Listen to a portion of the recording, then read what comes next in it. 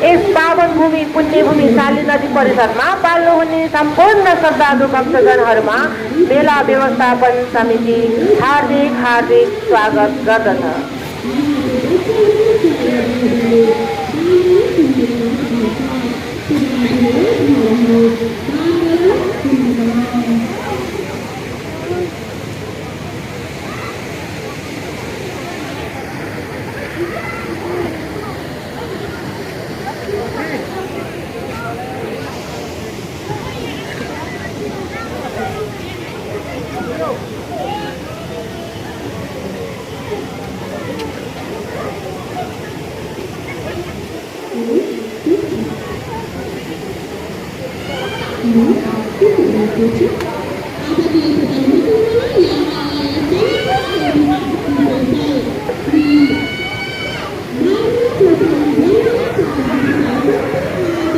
त्यस्तै गरी स्वयंकै क्रममा गङ्गाकोटेकी पाल्नुभएका दिपा वाग्लेज्यूले उहाँका पति स्वर्गीय हरिशरण वाग्लेज्यूको स्वर्गीय वैकुण्ठवास होस् भनी कामना गर्दै अगाडि बढाउन चाहनुहुन्छ भने कृपया यस माइती स्थलमा सम्पर्क गर्न सक्नुहुनेछ। इति भन्ने छैन, भक्तजन आफूले सक्दो सहयोग गरी आफ्नो सहयोगी हातहरू अगाडि बढाउँदै यस पुण्यमालाई भगवान श्री माधव नारायणले सदा सबैको रक्षा गरून्, कल्याण गरून्। जय श्री माधव नारायण। अहिले श्रद्धालु भक्तजनहरू यहाँहरू पनि यसरी नै आफूले सक्दो अगाडि बढाउन सक्नुहुनेछ। जय श्री माधव नारायण, जय श्री माधव नारायण, जय श्री माधव नारायण। सहयोगी हात अघि बढ्ने क्रममा पोखरादेखि पाल्नुहुने भक्तजन तारा पैदलजीबाट भगवान श्री माधव नारायणको पाउ कमलमा रु 110 अर्पण गर्नुभएको छ। उहाँ र उहाँको परिवारलाई पनि भगवान श्री माधव नारायणले सदा र सदा सबैको रक्षा गरून्, कल्याण गरून्। जय श्री माधव नारायण।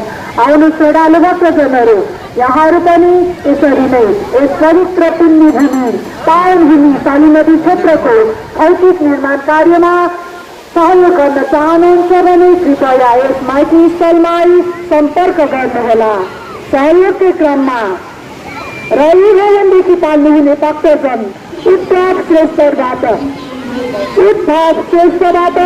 रु 20 अर्पण गर्नुभएको छ। उहाँ र उहाँको परिवारलाई पनि भगवान श्री माधव नारायणले सदा सबैको रक्षा गरून्, कल्याण गरून्। जय श्री माधव नारायण।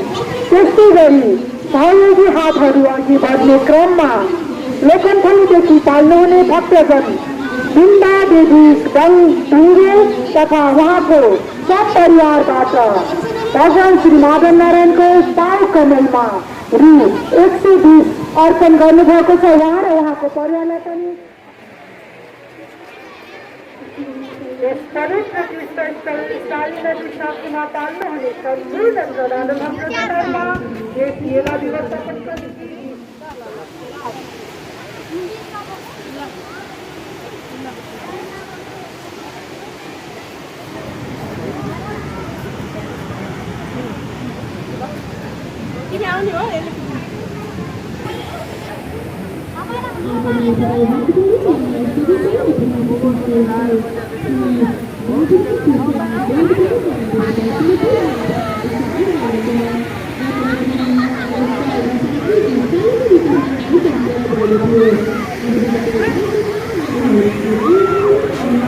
यस पावन भूमि पुण्यभूमि शाली नदी परिसरमा पाल्नुहुने सम्पूर्ण श्रद्धालु भक्तजनहरूमा मेला व्यवस्थापन समिति हार्दिक हार्दिक स्वागत गर्दछ।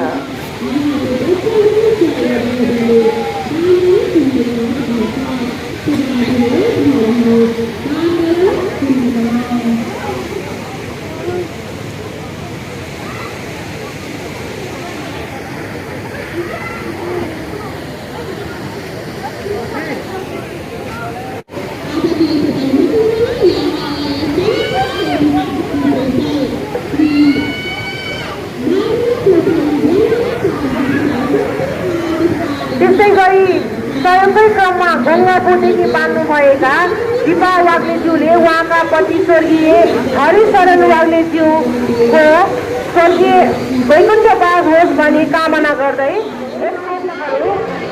जग्गावादी नगरिकन 10 दिनको व्यवस्था गरेको छ। त्यहाँ राखिदिनु हुन मेरो व्यवस्थापन